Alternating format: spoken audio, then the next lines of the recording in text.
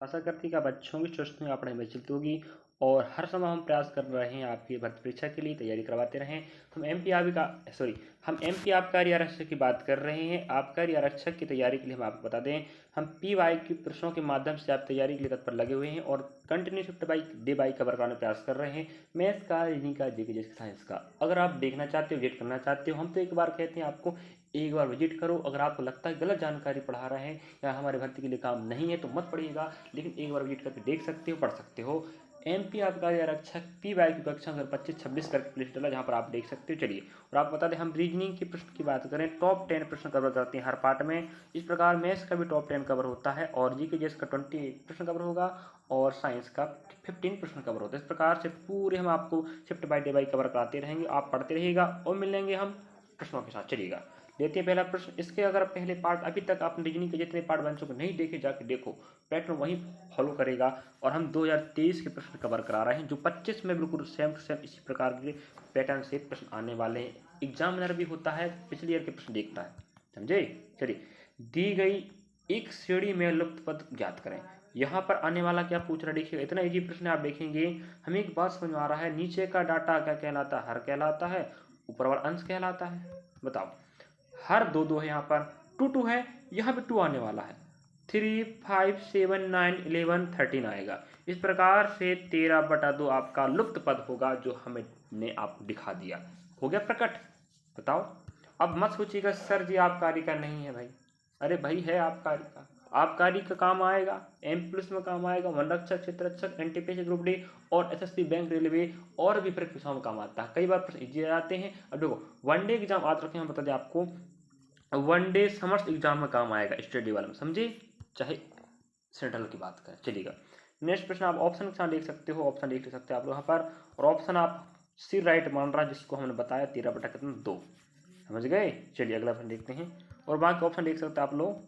रखिएगा, जे शिफ्ट वही, तारीख वही है, और उसी शिफ्ट का उसी तारीख का हम हर शिफ्ट का आज रखेंगे। 10 प्रश्नों को साथ साथ लेते हैं, शिफ्ट वही रहेगी, तारीख वही रहेगी, 10 के 10 प्रश्न उसी शिफ्ट के रहेंगे। तो 53 नंबर का प्रश्न आप देख पा रहे होंगे, ठीक है। अगला प्रश्न आप देखेंगे 54 नंबर का, ठीक है, याद रखिएगा। चलिए, यहाँ पर आप देख पा रहे होंगे, थोड़ा सा ब्लर होता होगा अगर आपकी वीडियो में, तो आप लोग क्या करेंगे, थोड़ा देख लीजिएगा, डाटा इतना देता है ना, क्या बताएं भाई। चलिएगा, हम पढ़ के बता देते हैं। फिलहाल, एक सोनार के पास 5, चलो भाई थोड़ा जूम कर लें, एक सोनार के पास 5 अलग अलग भार के 5 हीरे के पत्थर हैं। पत्थर डी का भार ई से 2 गुना है, याद रखिएगा। पत्थर ई का भार एफ से 4.5 गुना है। नेक्स्ट, पत्थर एफ का भार जी से आधा है, पत्थर जी का भार एच से आधा है, ठीक है। और पत्थर एच का भार डी से कम है लेकिन एफ से अधिक है, ठीक है। उपरोक्त जानकारी के आधार पर आपको उत्तर देना है, ठीक है। निम्नलिखित में से बताओ कौन सा पत्थर घटते हुए भार के रूप में। चलिएगा, हमें पहले क्या करना है जी, आपका क्रमांक परीक्षण अध्याय का याद रखिएगा। इस प्रकार के प्रश्न आपको इस अध्याय का प्रश्न NTPC ग्रुप डी में आने वाला है, और ग्रुप डी NTPC की भी तैयारी हम आपको करा रहे हैं, याद रखें। और हमने अभी तक 70-80 वीडियो बना के रख चुके हैं हमारे चैनल के माध्यम से, और आप देखना चाहते हो तो विजिट एक बार तो करके देखिएगा। सही लगे तो आप पढ़ो, ना तो कोई दिक्कत बात नहीं है। जो हमसे देख रहा पढ़ रहा है, चाहे 10% भी फायदा हो रहा है तो वो देखिएगा, जरूर सोचिएगा कि सर सही जानकारी पढ़ा रहे। चलिएगा, एक सोनार के पास, देखो यहाँ कह रहा है डी का भार ई से 2 गुना है, और यहाँ कहता है ई का भार एफ से।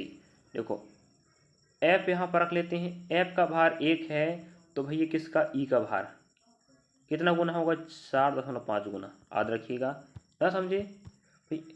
एफ से कितना गुना है, 4.5 गुना भार ई का है, ठीक है। अब ई से 2 गुना कौन है, डी है। अगर डी यहाँ बैठा देंगे, 2 गुना कितना बनेगा, 9 बनेगा। इसे भाई, ई का 2 गुना कौन है, डी है ना, नहीं रहेगा, बताओ रहेगा नहीं, बताओ। इस प्रकार से आप समझ लीजिए भाई, यार आंसर कैसे आ रहा है कि नहीं। मुझे लग रहा है कि आप समझ पा रहे होंगे। चल, थोड़े यहाँ पर हम क्या करते हैं, इसको आगे लेके चलते हैं। आप इतना लिख लीजिएगा भाई। अब हम एक बात कह रहा, देखिएगा यहाँ पर, इस पर थोड़ा आप लोग पढ़ लीजिए यहाँ पर, ठीक है, इस पर थोड़ा कम पढ़ रहा है, देखिएगा। अब यहाँ में पता चल गया, डी अनुपात ई अनुपात एफ हो गया, 9 आ गया, यहाँ 4.5, यहाँ पर 1 आ गया, आया नहीं, बताओ। अब कहता है एफ का भार जी से आधा है। अब बताओ, अगर जी यहाँ पर होगा तो एफ का आधा है, सॉरी जी से आधा है। अगर हम एफ को 1 ही मानते हैं तो जी 2 रखना पड़ेगा, तब आधा होगा। ठीक है, फिर जी का भार h से आधा है, भाई h यहाँ है, अगर हमें आधा करना है जी को h से तो h को 4 रखना पड़ेगा, तब आधा होगा जी। बताओ, यही तो आपका बैठ गया पूरा डाटा। बताओ कोई दिक्कत है नहीं ना? तो आप जी बताओ, अब हमें एक बात पूछ रहा है, मुझे लग रहा है कि आप समझ पाए होंगे, इस प्रकार से बिठाना था। ठीक है, एफ का 4.5 गुना ई है और ई का 2 गुना डी है, तो भैया 4 4.5 तो 9 ही बनेगा 2 गुना। फिर कहता है कि जो एफ है जी का आधा है, अगर जी 2 है तो आधा 1 होगा, 1 हमने माना है तो उसको 2 कर देते हैं, और एच का आधा कौन जी है, अगर एच 4 होगा तो आधा 2 होगा ना। अब हमें बोल रहा है किस क्रम में, घटते क्रम में, तो घटते क्रम भाई बड़ा वाला पहले बैठेगा, डी आएगा। ठीक है, फिर आप देखेंगे 4 पॉइंट वाला 5 आएगा, फिर ई आएगा, फिर एच आएगा, फिर जी आएगा, फिर एफ। इस प्रकार से D E H G F, याद रखें क्या, D E H G F आ रहा है, समझे। चलो ऑप्शन में खोजते हैं, अब कहाँ पर मिल रहा है देख लीजिएगा, ऑप्शन आप खोजेंगे। हाँ, ऑप्शन अभी हमने आपको बताया था किस प्रकार से, वहीं आया देखिएगा, डी पहले आएगा, फिर ई आएगा, फिर एच आएगा, फिर जी आएगा, फिर एफ आएगा। क्या हमने यही बताया था? नहीं बताया था। और बिल्कुल 100% आपको कह देते हैं, जो PDF है याद रखें, जो एग्जाम में आए वाला ही है 2023 का भाई। अगर आपके पास 23 का PDF होगा माना जाए भर्ती परीक्षा का, नहीं है तो याद रखें हमारे साथ पढ़ें। क्यों कि पिछले ईयर के प्रश्नों के माध्यम से ही पेपर आने वाला, वही पैटर्न वही प्रकार के प्रश्न आएंगे। यकीन नहीं तो आप लोग वेरीफाई क्रॉस चेक कर सकते हैं भाई। अगला पढ़ने के चल, अगला प्रश्न आप देखेंगे, शिफ्ट वही, तारीख वही है, 55 नंबर आप देख पा रहे होंगे। यहाँ पर थोड़ा स्पेस कम पड़ा था, याद रखें, पढ़ के बता देते हैं। 6 व्यक्ति एक रेखीय पंक्ति में उत्तरी क्रम मुँह करके बैठे हैं, याद रखें। ठीक है, और नेक्स्ट PO के बाएं से दूसरे स्थान पर बैठा है। ठीक है, नेक्स्ट AS के ठीक दाएं बैठा है। नेक्स्ट D कोने पर है और C के दाएं दूसरे स्थान पे बैठा है। O के बाएं तीसरा कौन बैठा है देखिएगा, O के बाएं तीसरा पूछ रहा है, वो बात की बात। आप याद रखिएगा, इतना जगह हम, चलो देखो थोड़ा सा जगह के हिसाब से आपको बताने का प्रयास करेंगे, चलिएगा इतना डाटा याद रखिएगा।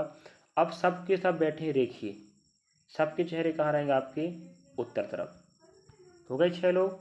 हाँ, अब देखिए एक बात हमें बोल के रखा है, D कोने में बैठेगा, लेकिन C के दाएं दूसरा, अगर C यहाँ बैठेगा तो D यहाँ बैठेगा, क्योंकि आपका दायां मतलब C का दायां, और D कोने में बैठेगा, D यहाँ नहीं बैठ सकता। अगर यहाँ बैठेगा तो C के लेफ्ट में बैठेगा ना भाई। तो हमें तो बोल रहा है C के दाएं दूसरा, C यहाँ है तो 1 1 2 दाएं D बैठ गया। ठीक है, अब एक बात कह रहा है,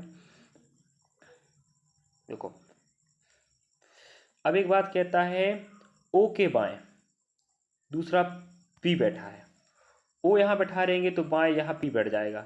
अगर O यहाँ बैठता है तो P यहाँ बैठेगा ना बाएं। अब जी बताओ बैठ गया माना जाए, जगह यहीं बैठेगा, एक बात ये तो यहाँ बैठेगा। अब हम एक बात समझते हैं कि S के ठीक दाएं A बैठा है, अब दोनों अगल बगल बैठेंगे, अब तो अगल बगल बैठाने की जगह ही नहीं बचा है। इसका मतलब ये हुआ कि यहाँ O और P नहीं बैठ सकते। नहीं समझे आप लोग? कहने का मतलब ये है कि O यहाँ बैठेगा और P यहाँ बैठेगा। अब देखो O के बाएं दूसरा, O यहाँ है, आपका बायां उसका बायां, 1 2 कौन बैठेगा, P बैठेगा। अब S के ठीक दाएं, S यहाँ बैठा मतलब आपका दायां उसका दायां, यहाँ A बैठ जाएगा। बैठ गए सभी लोग। अब हमें एक बात पूछ रहा है कि O के ठीक बाएं तीसरा, आपका बायां उसका बायां, 1 2 3 कौन बैठा, A बैठा है। देखिए कितना शानदार प्रश्न आया था, हमने समझाया है, और हर समय प्रयास करता हूँ मैथ्स रीजनिंग को मैं बेहतरीन समझा पाऊँ।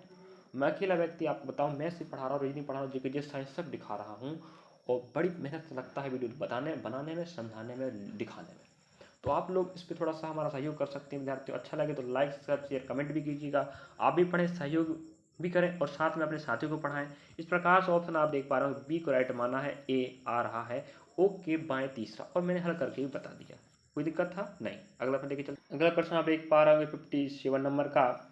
यहाँ पर हमें प्रश्न पूछ देखिएगा, कानपुर से लखनऊ के लिए हर एक 90 मिनट पर एक बस खुलती है, मतलब उधर जाती है भाई, नहीं तो खुलती कह लें, दरवाजा हमारा खुलती है कि नहीं। तो राम प्रातः 10:25 में बस स्टैंड पहुंचता है तो उसे पता चलता है, या कह सकते हैं आप लोग वहाँ के जो एजेंट होते हैं बताते हैं कि अगली बस आपकी 10:45 में है, तो पिछली बस कितनी देर गई थी पहले। अब देखो आप बता दें, आप पढ़ लिए ना, चलिएगा। हमें एक बात पता है कि जो अगली बस आती है, ठीक है, बस देखिए यहाँ पर बात करते हैं, राम है, राम पहुँचा है 10:25 में, ठीक है, और बस आने वाली 10:45 में अगली बस आएगी, ठीक है, आएगी, ठीक है। अब हम एक काम करते हैं, यहाँ समय अंतराल कितना देखते हैं, यहाँ आएगा आपके पास 20 मिनट, तो 20 मिनट का समय है, मतलब 20 मिनट पहले पहुंच चुके हैं। अभी हम ये काम करें, इसका मतलब है यहाँ का जो अंतराल है 20 मिनट का है, इसका मतलब कि हमें बोल के रखा है कि हर 90 मिनट में एक बस छूटती है। अब ये बस छूटने वाली है, मतलब अगली बस जाएगी, तो इसके 90 मिनट पीछे चलते हैं। ये बताओ 20 मिनट ये हो चुका है, मतलब आप 20 मिनट छूटने के 20 मिनट, देखो मतलब कहने का मतलब ये कि आप 70 मिनट पीछे चलोगे, 70 और 20 कितना हो जाएगा, 90 हो जाएगा ना, नहीं होगा, तभी तो 10:45 बस छूटेगा। थोड़ा प्रयास कीजिए समझने का, कहने मतलब ये है कि 10:25 में बस नहीं है, आप पहुंचे हो, राम पहुंचा है, 10:45 में बस छूटने का है, तो आपने देखिए आप 20 मिनट पहले पहुंच चुके हो, मतलब एक बस ऐसी है जो 70 मिनट हो चुकी निकल कर, तभी 20 मिनट बचा है अगली बस के लिए। इसका मतलब पिछली बस 70 मिनट पहले छूट चुकी है। और समय की बात करें तो भैया 10:25 में अगर आप घटाओगे 70 मिनट, तो आपका आएगा 10:15। तो जो बस छूटी याद रखेंगे, उसका समय पूछता तो आप बताएंगे 10:15 बस छूटी है, और कितने मिनट पहले छूटी, 70 मिनट पहले, क्योंकि 70 और 20 हो जाएगा 90, तो हमें 90 मिनट का अंतराल चाहिए, समझे ना जी। आपका आंसर देख सकते हैं, 70 मिनट लगा। पिछली वाली बस कब छूटी है, 70 मिनट पहले। ऑप्शन आपको देख पा रहा होगा डी में मिल रहा है, राइट, यही आपका राइट आंसर है। मैं आपको समझा के बता भी दिया हूँ, बट आप प्रयास कीजिएगा समझने का कि यार कहाँ दिक्कत हुआ है। आप दोबारा क्रॉस चेक कर सकते हो, देख सकते हो, है कि नहीं। इस प्रकार से ये आपका घड़ी का प्रश्न किस शब्द आएगा, घड़ी का।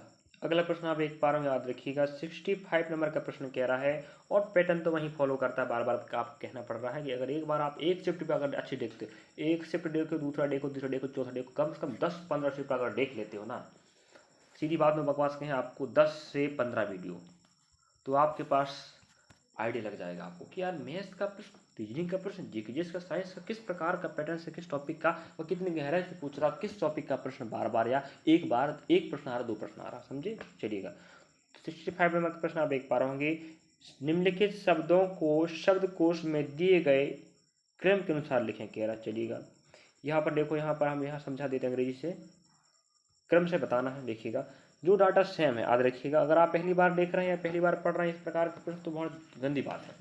आप तैयारी करने वाले बच्चे तो लेट क्यों पढ़ रहे हो, पढ़ने वाले बच्चे होंगे तो आपको पता होगा कि यार ये प्रश्न आते हैं, डाटा सेम है, सेम डाटा। देखिएगा, इतना बताता हूँ जी, ऐसे ही बन जाएगा। जो डाटा सेम होता है उसको पलट के नहीं देखना। अब LMPP, अब आप कहेंगे सर पहले L आता है, यही आपका पहला आंसर आएगा फर्स्ट में। नेक्स्ट M सेकंड में आएगा। अब यहाँ PP सेम हो गया। अब OH की बात कर, H आपको पहले आता है, थर्ड हो जाएगा, जो चौथा हो जाएगा। इस प्रकार से आप देखेंगे, पहला में कौन आ रहा है, पहला ही आ रहा है, ठीक है, दूसरे में दूसरा ही आ रहा है, और तीसरे में चौथा आ रहा है, और चौथे में तीसरा आ रहा है। इस प्रकार से 12:43 आपका आएगा, समझे ना समझे। पहली बार थोड़ी आया प्रश्न ऐसा भाई, पहली बार चुका कहता हूँ प्रश्न। चलिएगा, ऑप्शन देखते हैं 12:43, अगर कहीं पर होगा तो आपका आंसर होगा। चलो, ऑप्शन आप बी पर देख पा रहे होंगे, 12:43 किस प्रकार से हल किया जाता है हमने आपको बता चुके हैं, और पिछले पार्टों में भी आ चुका है इस प्रकार का प्रश्न, समझ गए। चलिए अगला प्रश्न लेके चलते हैं। ऑप्शन आप देखना चाहते हो देख सकते हो भाई, और वेरीफाई भी कर लीजिएगा डबल है कि नहीं। चलिएगा, इस प्रकार से अगला देखो, उसी शिफ्ट का वही तारीख का प्रश्न आप देखना चाहेंगे, तो सेकेंड प्रश्न भी वही टॉपिक का प्रश्न बन के देखिएगा, बताओ। तो एक ही टॉपिक के प्रश्न आ गए भाई। अब इनको फिर वही प्रकार जमाने की बात कर रहा है, देख सकते हैं आप लोग। फिर आपको बताने तरीका वही तरीका रहेगा भाई, हम ही बताएं कि आप हल करोगे, हम ही बता देते हैं भाई। देखिएगा, अब यहाँ देखो, आप लोग के पास LI सब जगह क्या है, कॉमन है, तो LI देखने के दोबारा नहीं देख रहा ना, ठीक है। अब आप देखिएगा, जो डाटा अलग है, V T T T V, हम कहेंगे भाई पहले तो T आता है, तो V वाले नहीं आएंगे पहले, यहाँ पर T T E है। अगली बार देखो, सेकंड डाटा ना, तो पहले E आएगा, E मतलब ये पहला आने वाला है, ठीक है। अगली बात करें यहाँ टी हो गया है तो ई आएगा, फिर एल आएगा, तो पहले इसका क्रमांक आएगा, फिर ये थर्ड हो जाएगा। अब याद रखिएगा, आप लास्ट में देखते हैं पी और बी है, तो यहाँ पर देखेंगे ई आएगा पहले कि आई आएगा, हम कहेंगे पहले आई आएगा, फिर ई आएगा, तो जो हो जाएगा चौथा नंबर का और जो आपको हो जाएगा पाँचवें नंबर का। इस प्रकार से हम देखते हैं, याद रखिएगा। पहला में कौन आ रहा है देखिएगा, पहला में आपको मिल रहा है डी, ठीक है। सेकंड में आपको मिल रहा है बी, ठीक है।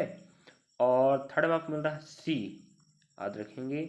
और थर्ड में चौथी मिल रहा है आपको ए, और पाँचवा आपको मिल रहा है पाँचवा, मतलब आपका क्या ई। इस प्रकार से आप देखेंगे क्या, रुक जाइए थोड़ा सा, इस प्रकार से हम आंसर देखेंगे डी बी सी ए ई, ठीक है। चलिए ऑप्शन देखते हैं। ऑप्शन पहला पे आप देखेंगे, ऑप्शन दूसरा आपको राइट मान रहा है, देख सकते हैं आप लोग। देखते हैं क्या हमारे साथ आया नहीं आया। पहले डी आया था, ठीक है, फिर बी आया था, फिर सी आया था, फिर ए आया था, फिर ई आया, बिल्कुल राइट है। और हमने आपको पिछला प्रश्न भी सेम इसी प्रकार का आया, उसे शिफ्ट का याद रखें, शिफ्ट का अलग नहीं है, आप खुद देख पा रहे हैं। मैं पहले बता दूं, जो भी 10 प्रश्न होंगे एक शिफ्ट होंगे, अगले प्रश्न होंगे वो भी एक शिफ्ट होंगे, मतलब हर 10 प्रश्न आपको अलग अलग शिफ्ट से नहीं मिलेगा। अगला प्रश्न लेके चलते हैं। अगला प्रश्न आप देख पा रहे होंगे 67 नंबर का, और आपको बताते हैं इसके पहले जो भी आपका पार्ट बना है, रीजनिंग का एक पार्ट और कवर हुआ है, वो भी इसी शिफ्ट का याद रखें। तो आपको याद रखें 10 प्रश्नों का पार्ट मिलेगा जो एक ही शिफ्ट होंगे, 10 10 20 सॉरी 30, तो आपके 30 प्रश्न यहाँ हो जाएंगे और 5 प्रश्न आपको बचेंगे जो आपको यहाँ वहाँ से कवर हो जाएगा।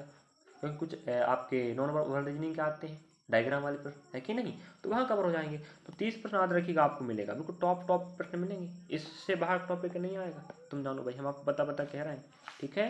अगला देखो, यहाँ पर फ्रेंडशिप लिखा है, देखिएगा थोड़ा जूम कर दिखा देते हैं, पहले पढ़ के बताते हैं भाई।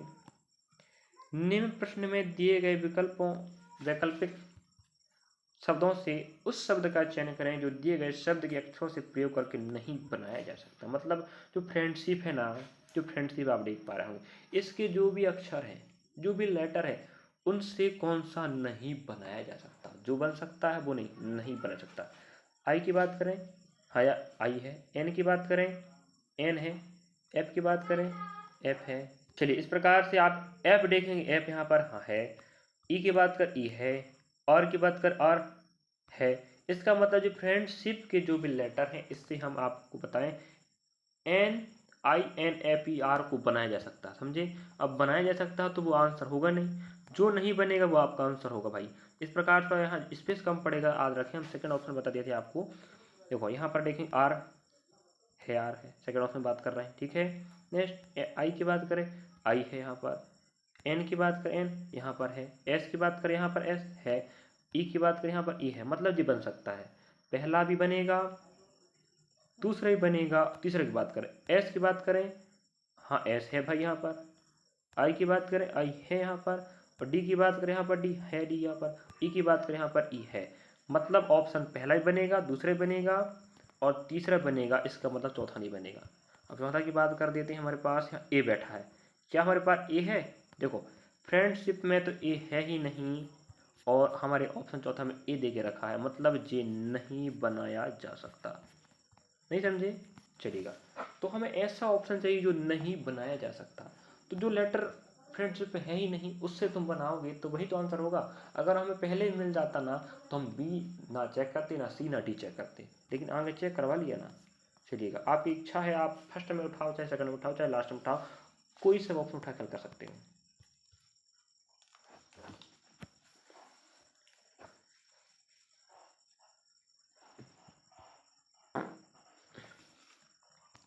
चलिए अगला प्रश्न आप देख पा रहे हैं यहाँ पर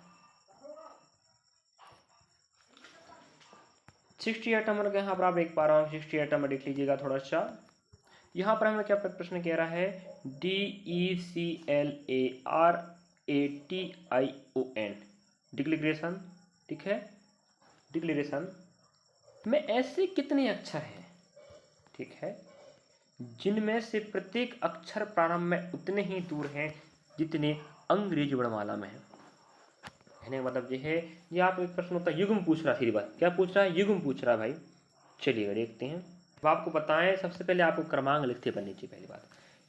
ऐसे कितने युग्म हैं जिन जो रियली में यहाँ जितने दूर है उतने दूर आपके अंग्रेजी वर्णमाला में होते हैं, सीधी बात। तो आपके पहली बात क्रमांक लिखना पड़ेगा। 4 5 3 12 1 18 1 20 9 15 14। ये आप क्रमांक हो गए। क्रमांक हुआ कि नहीं बताओ।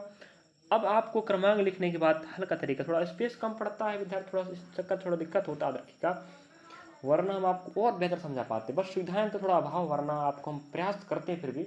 लेकिन देखिएगा आने वाले वक्त में अगर आपको सहयोग बना रहा है तो हम आपको बेहतर से बेहतर इतना अच्छे पढ़ाएंगे कि आप पढ़ते पढ़ते रह जाओगे और सीख जाओगे, समझे। इस प्रकार के प्रश्नों को हल करने से पहले आप क्रमांक लिखना पड़ता है, क्रमांक को पढ़ना पड़ता है। अगर क्रमांक में जो भी डाटा अगर आ गया तो वो है मतलब रियल दूरी है, ठीक है। 4 के बाद 5 आता है, ठीक है, 4 5 मिल गया, मतलब 1 याद रखिएगा, एक मिल गया जोड़ा। 6 7 8 9 10 11 12 13 14। कहने का मतलब ये है कि अगर आप क्रमांक पढ़ते पढ़ते कोई डाटा मिल गया, इसका मतलब वो आपका क्या है, क्या है, जोड़ा है। एक बार रिपीट कर देते हैं। 4 के बाद 5 आता है, याद रखें, मतलब ये एक जोड़ा बन गया 4, ठीक है ना। चलिएगा 4 5 6 7 8 9 10 11 12 13 14। अब देखो एक और बन गया 14, इसका मतलब 2 मिल गए, ठीक है। अब आपको लेफ्ट टू राइट भी गिनना है, राइट टू लेफ्ट भी गिनना है। अब हमने 5 से, देखो अभी तो 4 से चालू किए थे, अब 5 से लेंगे 1 5। तो जहाँ से चालू करोगे वहाँ से गिनते रहना है, 5 6 7 8 9 10 11 12 13 14। एक और मिल गया भाई यहाँ पर, अभी कुछ मिस्टेक नहीं कर दिया अपन लोग ना, ठीक है लग रहा मुझे, ठीक है। इस प्रकार से हम यहाँ से पढ़ेंगे 1 2 3, मतलब क्रम से पढ़ना पड़ता है भाई, है कि नहीं। 1 2 3 4 इस प्रकार पढ़ते रहेगा। आप बता दें, अब हम उल्टा लेके चलते हैं। अब यहाँ से आपने इस प्रकार से चला है, ऐसे चला है, ठीक है, लेफ्ट राइट, आपको 3 मिल गए जोड़ा, मतलब उतने ही दूर होंगे जितनी दूर अंग्रेजी वाला होते हैं, जितनी दूर यहाँ पर बैठे हैं, ठीक है। अब देखो, अब उल्टा भी लेके चलना है। अब 14 के बाद 15 आएगा, मतलब एक आपको मिल जाएगा। और याद रखिएगा 15 14 15 16 17 18 19 20। अब आपको बता दें, आप क्रम से 14 से 14 गिनती मारोगे, आगे जो भी डाटा आएगा अगर पहाड़ी में तो वो जोड़ा बनेगा। 15 को उठाओगे फिर 9। इस प्रकार से हर चीज़ का left to right, right to left लेके चलना पड़ता है। इस प्रकार आपको बताएं सिर्फ 4 ही मिलेंगे, मैं आपको बता दिया 4 मिला, ठीक है। चलिएगा, मुझे उम्मीद है कि आप समझ पाए होंगे इस प्रश्न को कैसे करना था। और लेकिन यहाँ पर 1 को राइट माना, जो गलत है पूरी तरह याद रखिएगा। जो प्रश्न हमें मांग कर रहा है आंसर, वो आंसर आपका 4 सही है। याद रखिएगा मध्य प्रदेश की भर्ती परीक्षा है तो प्रश्न तो गलत होते हैं, याद रखिएगा। तो आप मत सोचिएगा कि वहाँ जो आंसर माना सर आप गलत क्यों बता रहे हो। तो आपको बता दें वहाँ गलत होता है, आपको पता है भाई, आप बच्चे हैं मध्य प्रदेश की तैयारी करने वाले, आप पता ही होगा कि भैया 100 प्रश्न तो आने वाले, जिसमें से 10-12 प्रश्न तो गलत होते हैं एमपी कर्मचारी का, है ना। चलिएगा अगला प्रश्न लेके चलते हैं। चलिएगा उसी शिफ्ट का वही तारीख का प्रश्न हम दिखा रहे हैं आपको। नेक्स्ट प्रश्न 69 नंबर का है और थोड़ा सा ब्लर हो तो याद रखिएगा, बता चुका हूँ, आप थोड़ा सा क्वालिटी बढ़ा लीजिएगा। लेकिन सीखना चाह रहे विद्यार्थी तो हम जुड़ लीजिएगा, कोई दिक्कत नहीं। और विश्वास के साथ पढ़ना, विश्वास के साथ देखना, कोई दिक्कत नहीं है, बिल्कुल सही सटीक जानकारी, समझ गए। जो एग्जाम में आ चुके वही प्रश्न दिखा रहे हैं और ऐसे प्रश्न आएंगे, आप में देख रहे हो ना, कंटिन्यू देखते रहे और एग्जाम देने जाओगे याद रखा ऐसे प्रश्न मिलेगा, फिर आप आगे खुद बोलोगे सर हम आपको पहले से क्यों नहीं देखे, समझे। चलिएगा इस प्रकार का प्रश्न आपको पता है, जो प्रश्न पूछा था इसके पहले भी हमने प्रश्न बता चुके हैं इस प्रकार के प्रश्नों को। यहाँ पर प्रश्न क्या पूछ रहा है, ये तो मैं ना बताऊंगा भाई, इसको मैं बिल्कुल ना बताऊं, ठीक है, इसको मैं बिल्कुल ना बताऊं, याद रखिए बिल्कुल ना बताऊं, क्योंकि इसको मैं अभी में 2 प्रश्न कवर कराया हूँ, याद रखिए। इसको आप ही बताओगे, अंग्रेजी के माध्यम के पढ़ सकते हो, हिंदी में देख लीजिएगा कौन सा शब्द अंग्रेजी शब्दकोश में पहले आता है, ठीक है। आपको ऑप्शन दे के रखा है यहाँ पर ABCD, समझ गए। अब मुझे उम्मीद है कि आप लोग आंसर ला के बताओगे। मुझे बिल्कुल पता है कि विद्यार्थी अगर आप पढ़ने वाले बच्चे हो, माना जाए तैयारी पे लगे हो, माँ बाप की इच्छा पूरा करना चाहते हो, तैयारी है आपकी, मंजिल पाना चाहते हैं एमपी आबकारी में और अदर भर्ती परीक्षाओं में, तो आप लोग हमें कमेंट बॉक्स में बताएंगे, वरना आप लोग बस देख के भग जाओगे। चलिएगा भाई कसम वसम नहीं देते हैं, है कि नहीं, पढ़ने वाले बच्चे हो, समझदार हो, आपके लिए फायदा है। अगले प्रश्न आप देखेंगे, चलिएगा। हाँ, जो आपका लास्ट प्रश्न हो जाएगा टॉप 10 प्रश्न में, और हम एक वीडियो में आपको 10 ही प्रश्न दिखा सकते हैं, थोड़ा समय लंबा हो जाता है तो आप देखोगे नहीं फिर। देखो निम्नलिखित में से कौन सी आकृति अविवाहित, विवाहित और व्यक्ति का प्रतिनिधित्व करती है। आपको बताते हैं, हम आपको पहले बता शायद मैं ध्यान नहीं दिया हूँ भी कि अभाषिक रीजनिंग और एक होता है भाषिक रीजनिंग। तो ध्यान रखेंगे, भाषिक रीजनिंग की बात करें तो आपको अलग कवर होगा और अभाषिक अलग कवर होगा। तो इस प्रश्न को मैंने पहले ही पार्ट बना के कवर करा चुका हूँ, लेकिन याद रखें दोबारा हम रिपीट कर देते हैं, ठीक है। हमें बताना है अविवाहित, विवाहित और व्यक्ति। हम आपको बताएं जो व्यक्ति है अविवाहित हो सकता है और विवाहित हो सकता है, तो हमारे ख्याल से ऑप्शन ए ही राइट होगा। अब आपको बता देते हैं राइट किसको माना देख सकते हैं भाई, ऑप्शन नंबर ए को ही माना देखिएगा, ठीक है। इस प्रकार से आप बता दें हम अभाषिक रीजनिंग जिसे हम नॉन वर्बल रीजनिंग कहते हैं, जिसके प्रश्न मैं अलग से कवर करा के रख दिया हूँ। क्या बताऊँ आपको, मैं अलग से मैंने कवर करा दिया हूँ, समझे। तो आप लोग वहाँ जाकर विजिट कर सकते हो, क्योंकि मैंने 20 फरवरी के 1, 2, 3 तीनों शिफ्टों के आभाषिक मतलब नॉन वर्बल रीजनिंग के प्रश्नों को उठा के पढ़ा चुका हूँ, और आप शायद देख चुके हैं, अच्छी बात है। और नहीं देखें तो आप लोग जाके देख सकते हो। तो इसका आंसर आप क्या हो जाएगा, ऑप्शन ए राइट हो जाएगा। जो आपके व्यक्ति हो गए, जो अविवाहित हो सकते हैं कुछ है अंदर, मतलब और जो हो गए विवाहित, तो विवाहित हो या अविवाहित हो व्यक्ति तो होते थे। इस प्रकार से ये रहे आपके टॉप 10 प्रश्न। और हम पहले बता चुके हैं अभाषिक रीजनिंग अलग होगा कवर और भाषिक अलग होगा। तो अभाषिक का हमने प्रश्न एक शिफ्ट की सभी पार्ट, मतलब पहला शिफ्ट, दूसरा शिफ्ट, तीसरा शिफ्ट, तीनों शिफ्टों को मिला के एक पार्ट बना देंगे, वो बना के हमने हल करवा चुका है। तो ये रहे आपके टॉप 10 प्रश्न। तो मिलेंगे नेक्स्ट पार्ट में। वीडियो कैसा लगा, अच्छा लगा तो लाइक सब्सक्राइब शेयर करना भूलें, और कमेंट भी कीजिएगा वीडियो कैसा लगा है। और अगर आप इस वीडियो सीखे होंगे तो हमें कमेंट कर सकते हैं, और शेयर अवश्य करें अपने दोस्तों के पास, जिससे वो भी पढ़ सके फ्री ऑफ कॉस्ट। और एनटीपीसी ग्रुप डी की तैयारी भी हम करवा रहे हैं, बता चुके हैं। चलिएगा मिलेंगे नेक्स्ट पार्ट में। Thank you for watching. शिफ्ट बाय देखते रहें, तैयारी आपकी बेहतर हो पाएगी तभी जब आप लोग लगातार देखेंगे हमें। फिर मत कहिएगा कि सर लगातार नहीं देख पाए या आपने सही तरीके से नहीं पढ़ाया। हम सही जानकारी दे रहे हैं, बस आप लोगों को समझना पड़ेगा कि जानकारी है कैसा या नहीं है। पढ़ने वाले बच्चे तो आप समझ पा रहे हो जानकारी सही सटीक है, और नहीं पढ़ने वाले तो आपको लगेगा फालतू जानकारी दे रहे हैं, टाइम पास कर रहे हैं, अपना समय खोटी कर रहे हैं। वही जानकारी सही है, पढ़ने वाले बच्चे खुद बोल सकते हैं। चलिएगा, थैंक फॉर वॉचिंग।